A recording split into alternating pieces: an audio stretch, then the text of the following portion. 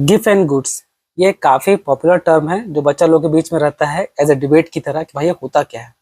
ठीक है, सबसे पहली चीज जो समझिए कि गिफ्ट एंड गुड्स आपका एक्सेप्शन है आपका लॉ ऑफ डिमांड का। ठीक है, जिसमें लॉ ऑफ डिमांड क्या बोलता है कि अगर प्राइस बढ़ेगा तो क्वांटिटी डिमांड गिरेगा और अगर प्राइस गिरता है तो आपका क्वांटिटी डिमांड बढ़ेगा। पर गिफ्ट एंड गुड्स बोलता है कि इस लॉ को हम फॉलो नहीं करेंगे। यानी कि अगर जो गिफ्ट एंड गुड्स सबका जो एग्जाम्पल होगा, जैसे इंडियन एग्जाम्पल में ज्वार और बाजरा जो हम लोग लेते हैं, अगर गिफ्ट एंड गुड्स का प्राइस बढ़ता है तो उसका डिमांड बढ़ेगा। ठीक है, अब देखिए बच्चों, इसको समझने के लिए थोड़ा हिस्ट्री में जाते हैं। है क्या कि एक शायद स्कॉटिश इकोनॉमिस्ट थे जो 18th सेंचुरी में ना एक चीज फोकस किए थे यूरोप में, कि यूरोप में पहले क्या समझ लीजिए कि उस समय के लिए ना एक इसेंशियल फूड जो उन लोग के लिए हुआ करता था वो ब्रेड हुआ करता था। जैसे हम लोग के लिए दाल चावल है ना, उसी प्रकार से उन लोग के लिए इसेंशियल फूड जो था वो क्या था, आपका ब्रेड था। और उसके बाद जो चीज है ब्रेड, उसके बाद वो सब लग्जरी आइटम में चला जाता था। यानी कि उन सबको खरीदने के लिए अफोर्डेबल पैसा नहीं हुआ करता था। तो जितना आप पैसा वो लोग कमाता था ना, उससे वो लोग एक अच्छा सा जिंदगी जीने का, पेट भरने के लिए सही से ब्रेड खा के ही जिंदा रहता था।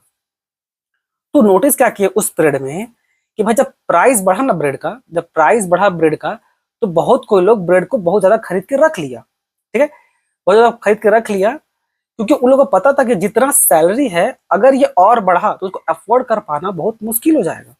ठीक, तो यहीं पर एक और कॉन्फ्लिक्ट बच्चा लोगों को दिमाग में आएगा कि अगर ऐसा है सर, तो फिर जो हम लोग पढ़ते हैं कि future expectation of price goods, वो भी तो आपका एक्सेप्शन में आता है। तो उसमें और इसमें अंतर क्या हो गया गिफ्ट एंड गुड्स में? ये अंतर थोड़ा सा है।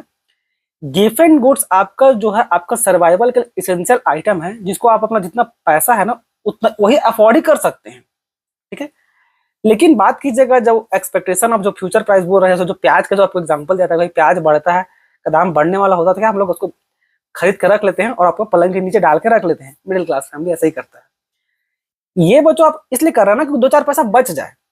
यहाँ पर आपका इनकम वो प्याज को मैटर नहीं करता है कि उसको मतलब उसको आप अफोर्ड नहीं कर पाइएगा, आपका आपका इनकम उसी के आधार पे है, आपको कोई फर्क नहीं पड़ेगा। बस आप यहाँ पर ना थोड़ा बस प्लानिंग कर रहे हो, थोड़ा दिमाग लगा रहे हैं भाई कि दो चार पैसा बच जाएगा तो अच्छी बात है। तो बस दोनों में अंतर ही है। गिफ्ट एंड गुड्स आपका इसेंशियल होता है क्योंकि आपका इनकम ही उतना कि आप उसी को अफोर्ड ही कर पाइएगा। यहाँ पर क्या है कि ये तो बस मतलब समझ लीजिए दो चार पैसा प्लानिंग के लिए है। अब यहाँ पर एक और कंफ्यूजन ऐसा ना हो कि भाई फिर इन्फीरियर गुड्स क्या है। ठीक है, इन्फीरियर और गिफ्ट एंड गुड्स में एक सिंपल सा एग्जांपल है, समझिए। इन्फीरियर गुड्स आपका लॉ ऑफ डिमांड को फॉलो करता है, गिफ्ट एंड गुड्स फॉलो नहीं करता है। ठीक है, होने को तो और भी कुछ बता सकते हैं पर इस वीडियो में इतना ही। धन्यवाद।